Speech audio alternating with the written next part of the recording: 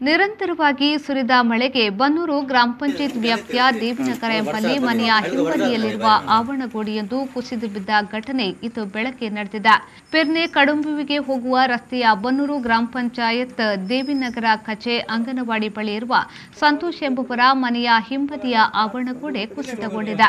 ಘಟನೆಯಿಂದಾಗಿ ಮನೆಯ ಹಿಂಬದಿಯ ಗೋಡೆ ಬಿರುಕು ಬಿಟ್ಟಿದ್ದು, ಕುಸಿತಗೊಂಡ ಜಾಗದಲ್ಲಿ ಮಣ್ಣು ಸಡಿಲವಾದ್ದರಿಂದ ಟರ್ಪಾಲು ಹಾಕಿ ತಾತ್ಕಾಲಿಕ ಸುರಕ್ಷತೆಯನ್ನ ಮಾಡಲಾಗಿದೆ. ಸ್ಥಳಕ್ಕೆ ಬನ್ನೂರು ಗ್ರಾಮ ಪಂಚಾಯತ್ ಅಧ್ಯಕ್ಷೆ ಜಯ ಎ, ಸದಸ್ಯರಾದ ಶೀನಪ್ಪ ಕುಲಾಲ್, ಸುಪ್ರೀತಾ, ಮಾಜಿ ಸದಸ್ಯ ರತ್ನಾಕರ್ ಪ್ರಭು ಅವರು ಭೇಟಿ ನೀಡಿ ಪರಿಶೀಲನೆಯನ್ನ ನಡೆಸಿದ್ದಾರೆ. ನಮ್ಮ ದೇವಿನಗರದಲ್ಲಿ ಇಂದು ಬೆಳಿಗ್ಗೆ ಒಂದು 6 ಗಂಟೆ ವೇಳೆಗೆ ನಮ್ಮ ತಡೆಗೋಡೆ, ಇವರ ಮನೆ ತಡೆಗೋಡೆ ಕುಸಿತವಾಗಿದೆ.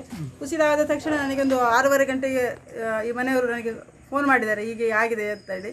ಆಗ ನಾವು ಅದಕ್ಕೆ ಸಂಬಂಧಪಟ್ಟಂತೆ ನಮ್ಮ ಕಂದಾಯ ಇಲಾಖೆಯ ವಿ ಅವರಿಗೂ ಹಾಗೆ ಪುರುಷೋತ್ತಮ ಅಂತ ಇದ್ದಾರೆ, ಅವರಿಗೂ ಈ ವಿಷಯವನ್ನು ತಿಳಿಸಿದ್ದೇನೆ.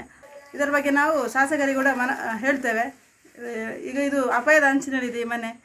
ಇನ್ನೂ ಕೂಡ ಒಂದು 2 ದಿವಸ ಮಳೆ ಜೋರು ಬಂದರೆ ತುಂಬ ಪರಿಸ್ಥಿತಿ ಗಂಭೀರವಾಗ್ಬೋದು ಅಂತ ಅನಿಸ್ತದೆ. ಹಾಗೆ ಇದರ ಬಗ್ಗೆ ನಾವು ಕ್ರಮವನ್ನು ಕೂಡ ಕೈಗೊಳ್ತೇವೆ.